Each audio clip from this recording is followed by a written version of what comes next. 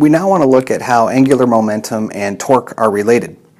And we're going to do this through a specific example with this pulley that is 5 kilograms in mass and has a radius of 1 meter.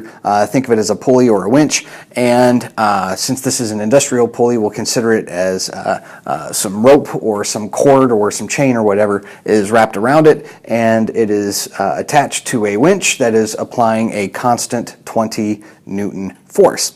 And so my question is, what is the angular momentum of the wheel going to be after 5 seconds if the system starts from rest? Okay, and we're going to consider that the axis about which the pulley is spinning is frictionless.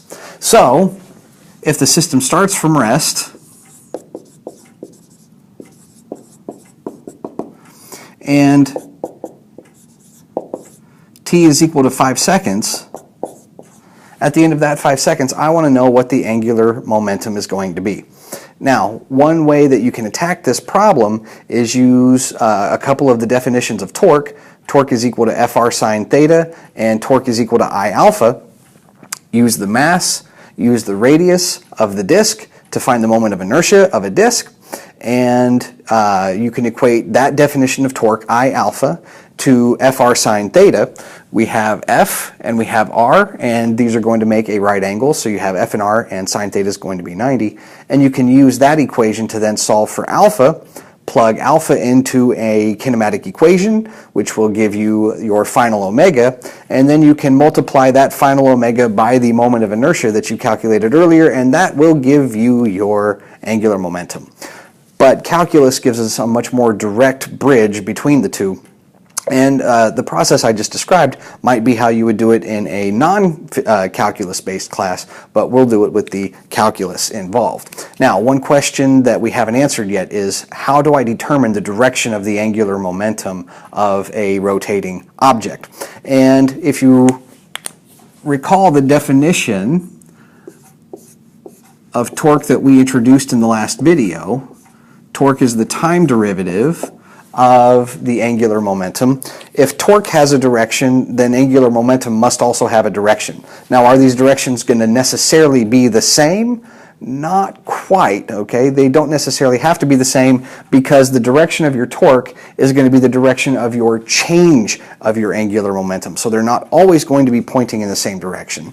In this particular case, they will, and we'll see how that works. So let's start with the torque. What direction is the torque going to be pointing in? Well, we introduced the right-hand rule, and the right-hand rule says if I take my forefinger and I point it in the direction of my lever arm, in this case my radius, take my middle finger and point it in the direction of my force, and then the direction my thumb naturally sticks out is the direction of the torque. So in this case, the torque is pointing into the board, or out that way, okay, away from you. And in what direction is the angular momentum pointing? There's a second right-hand rule method that we can use to determine the direction of the angular momentum. And what we do, since the wheel is going to be rotating clockwise, right, what we do is we take our fingers and we curl our fingers in the direction of rotation. So since it's moving clockwise, we rotate our fingers this way, or wrap our fingers around our wheel this way. If it were rotating counterclockwise, then we would take our fingers and wrap them around this way. But since it's clockwise, we rotate it this way, and then the direction that our thumb points is the direction that the angular momentum is pointing. So again, in this case, the angular momentum is pointing into the board. The instantaneous angular momentum, once it would start spinning, is going to be pointing into the board. In this case, the torque is also pointing into the board. So what that is telling you is that as the torque is growing, actually the torque doesn't grow, I apologize. As the torque is being applied, the angular momentum is growing in that same direction. Okay? The torque is constant, but the angular momentum is growing, and the direction that it's growing is in the direction of the torque. So at any given instant, while the wheel is rotating, you're going to have some angular momentum, instantaneous angular momentum in that direction, but you're also going to have some torque in that direction, which means that the wheel is gaining angular momentum in that direction as well. What that means is it's going to start spinning faster and faster and faster. Okay? Hopefully that made sense. All right, so now let's see how we can actually find what the value of our angular momentum is without having to go through all of the kinematic, equating two equations, solving for another variable, setting that into a kinematic equation, and then plugging that into the definition of angular momentum. And we can just get it directly from the definition of torque. So again, I'm going to do something mathematicians hate, and I'm going to multiply both sides of this equation by dt. Right? And we're going to integrate both of these, and mathematicians hate when we physicists do this, but we do it a lot, and in cases like this it is perfectly fine to do it. It gives us the same exact results without having to go through obtaining things like integrating factors and whatnot from differential equations that are just a little bit too much work when the simple method of multiplying dt will do. Right? So we want to find what the final angular momentum is going to be if we start from rest, and our time is going to go from 0 to 5 seconds. Okay? And if I integrate dl, then I just get L evaluated from 0 to my final angular momentum. And my torque in this case is going to be constant, so it comes out of the integral, and I'm just left with tau integral dt, but dt integrates just to t. And I'm going to be evaluating that result over the limits from 0 to 5 seconds.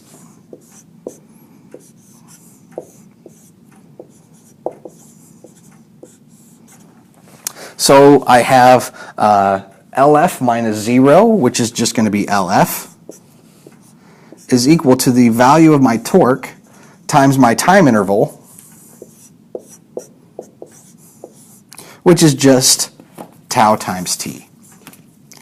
So in this case, it's just tau times t. And what's tau? Well, remember that torque is equal to Fr sine theta. And this is probably the easiest definition to use for this particular case. So we just use F times R, and again, these are at right angles to each other, so sine theta goes to 1, so it's just F times R.